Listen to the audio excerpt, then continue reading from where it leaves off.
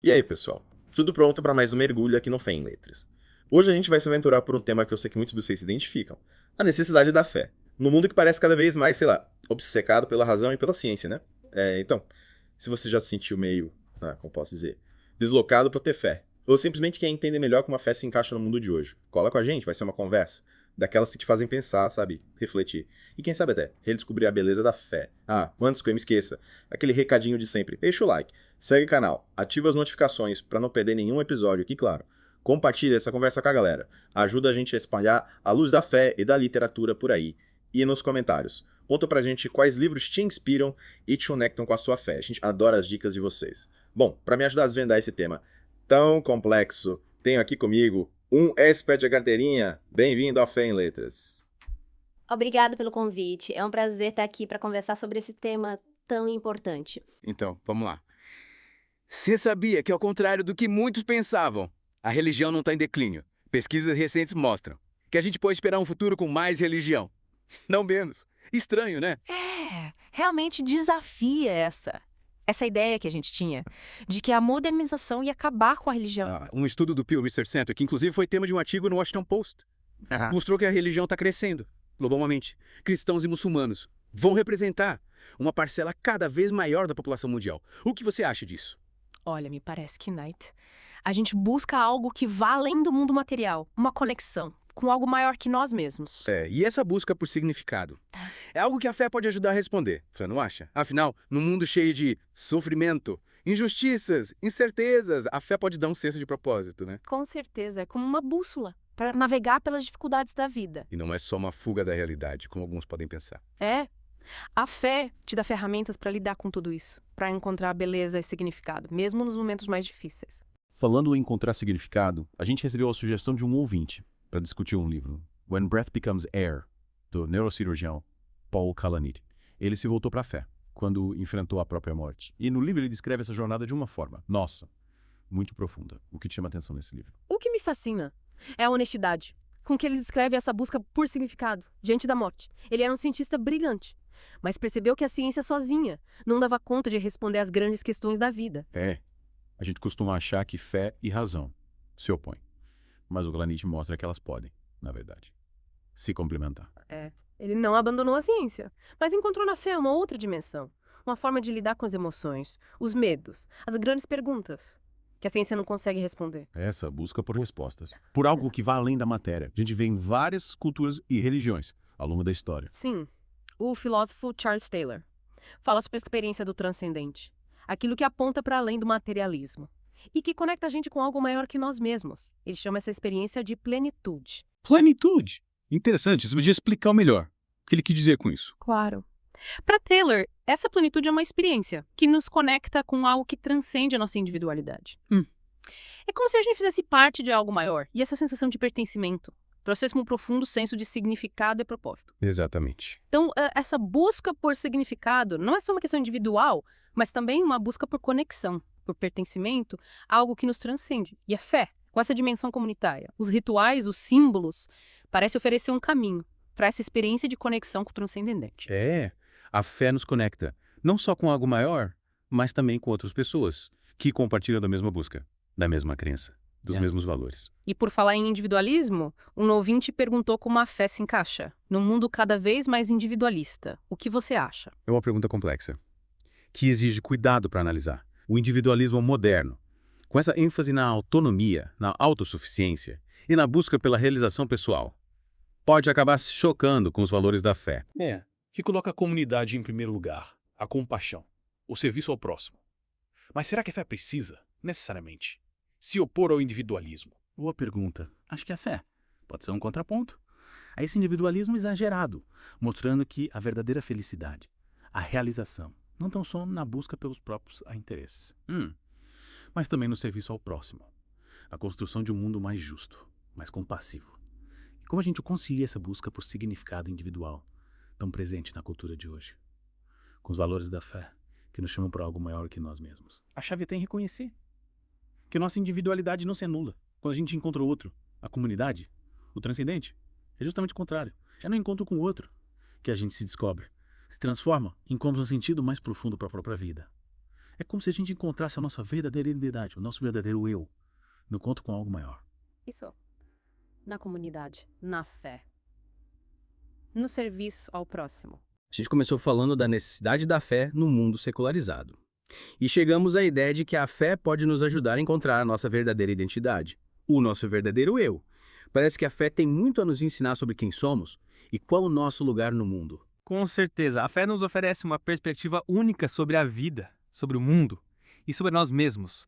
E essa perspectiva pode ser libertadora, transformadora e nos ajudar a viver com mais sentido, propósito e esperança. Falando em esperança, a gente vai continuar essa conversa no próximo episódio, explorando como a fé pode nos dar força para enfrentar os desafios da vida e construir um mundo melhor. A gente se vê lá? E você, ouvinte? O que achou dessa primeira parte? Deixa seus comentários, compartilhe suas reflexões e continue acompanhando a gente aqui no Fé em Letras. Até a próxima. Voltando àquela questão do individualismo, me chamou a atenção a crítica da Isa Dinesen, sabe? A escritora. Isso, ao individualismo moderno. Ela achava que essa busca, Sei lá. incessante, pelo eu autônomo, podia acabar fragmentando a comunidade. E levando à perda de um propósito maior. Que interessante. O que ela defendia? Ela acreditava que o individualismo radical isolava as pessoas nas suas próprias buscas egoístas, enfraquecendo os laços e eludindo o senso de pertencimento a algo maior.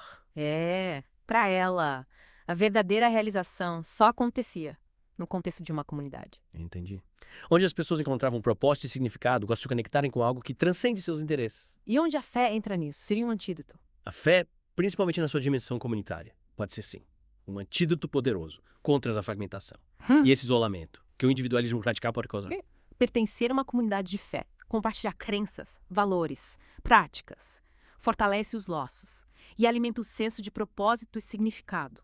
Ou seja, a fé pode ser esse equilíbrio entre a busca pela realização pessoal e o compromisso com algo maior que nós mesmos. Exatamente. A fé nos ensina que a gente faz parte de algo maior, que a nossa vida tem um propósito, que vai além dos nossos interesses.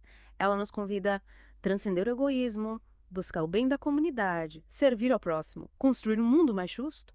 Essa perspectiva de chamado para a comunidade me lembra a experiência do Viktor Frankl, dos campos de concentração. Sim. No livro Em Busca do Sentido, ele conta com uma busca por um significado que transcendesse a dor e o sofrimento. Foi crucial para ele sobreviver. Ele observou que quem encontrava um propósito maior, na fé, no amor, na luta por uma causa, tinha mais chances de resistir. Interessante. A fé é uma fonte de força e esperança, mesmo nos momentos mais difíceis. Uma âncora para a alma, que nos sustenta em meio às tempestades. E falando em desafios, muitos ouvintes perguntam: como lidar com o sofrimento? Se Deus é bom, todo-poderoso, por que existe tanto sofrimento? É a pergunta que não quer calar. Como a fé pode nos confortar diante da dor, da perda? Essa pergunta é um desafio para teólogos e filósofos há muito tempo. Não tem resposta fácil. Mas a fé nos dá algumas pistas. Quais? Primeiro, Deus não é indiferente ao sofrimento humano. Ele se compadeceu. E está presente. Mas ele está com a gente. Por que não impede o sofrimento? A fé cristã ensina que o sofrimento é consequência do pecado, da ruptura do homem com Deus e com a criação, Sei.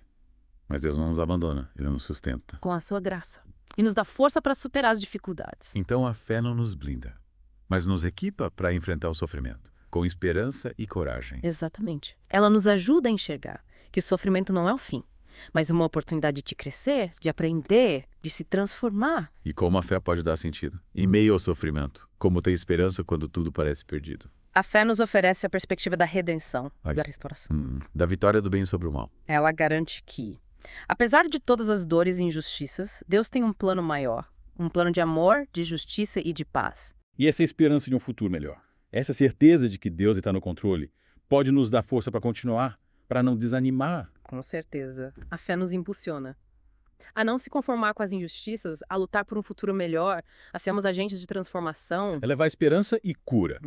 Para quem sofre, a fé não é só uma questão individual, é um chamado para ação, para construir um mundo mais justo e compassivo. Exatamente. A fé genuína se manifesta no amor ao próximo, na solidariedade, na compaixão, em ações que transformam a realidade e aliviam o sofrimento. E a leitura, a literatura, também podem ter esse papel de nos confrontar com diferentes perspectivas, realidades, experiências, nos sensibilizar para as dores do mundo e nos inspirar a agir. Com certeza, a literatura é um instrumento poderoso de transformação, de despertar da consciência, de mobilização para ação. E você, ouvinte, que livros te inspiram a agir, a lutar por um mundo melhor? Compartilha com a gente nos comentários. A gente quer conhecer e aumentar nossa biblioteca de fé em letras. É isso aí. No próximo episódio, a gente continua explorando como a fé nos fortalece diante dos desafios e nos ajuda a construir um mundo melhor. Até lá. E no último episódio, a gente falou de como a fé pode nos fortalecer nos momentos difíceis e nos impulsionar a construir um mundo melhor. Mas e a questão da identidade? Como a fé se conecta com essa busca por identidade no mundo, cheio de opções e expectativas? É uma pergunta importante, principalmente hoje em dia, que a gente é incentivado a construir uma identidade. É baseada em conquistas, aparência, validação externa.